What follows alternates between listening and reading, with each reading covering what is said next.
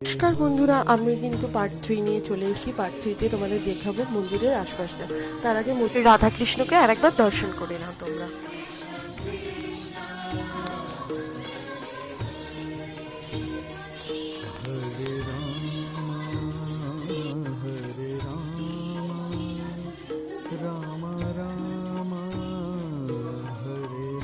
চলো মন্দিরের পাশটা তোমাদের ঘুরিয়ে আনি এবার।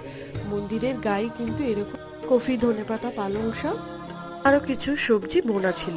আর তাছাড়াও মন্দিরের পাশে একটি অনেক বড় মাঠ ছিল, তাতে অনেক সুন্দর সুন্দর গাছ লাগানো ছিল, যেগুলো দেখতে আমার ভীষণ ভালো লাগছিল।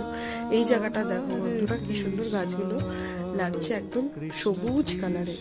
এবং এখানে একটা পুকুর ছিল, সেখানে কিন্তু কই মাছ ঘোরাঘুরি করছিল, দেখছিলাম। মা বলেছিল কই মাছগুলো। মন্দিরের বাইরেটাও কিন্তু আমার অনেক ভালো লেগেছিল। দিনটা খুব ভালোই কেটেছিল। ভালো লাগলে একটি লাইক করে দিও। টাটা।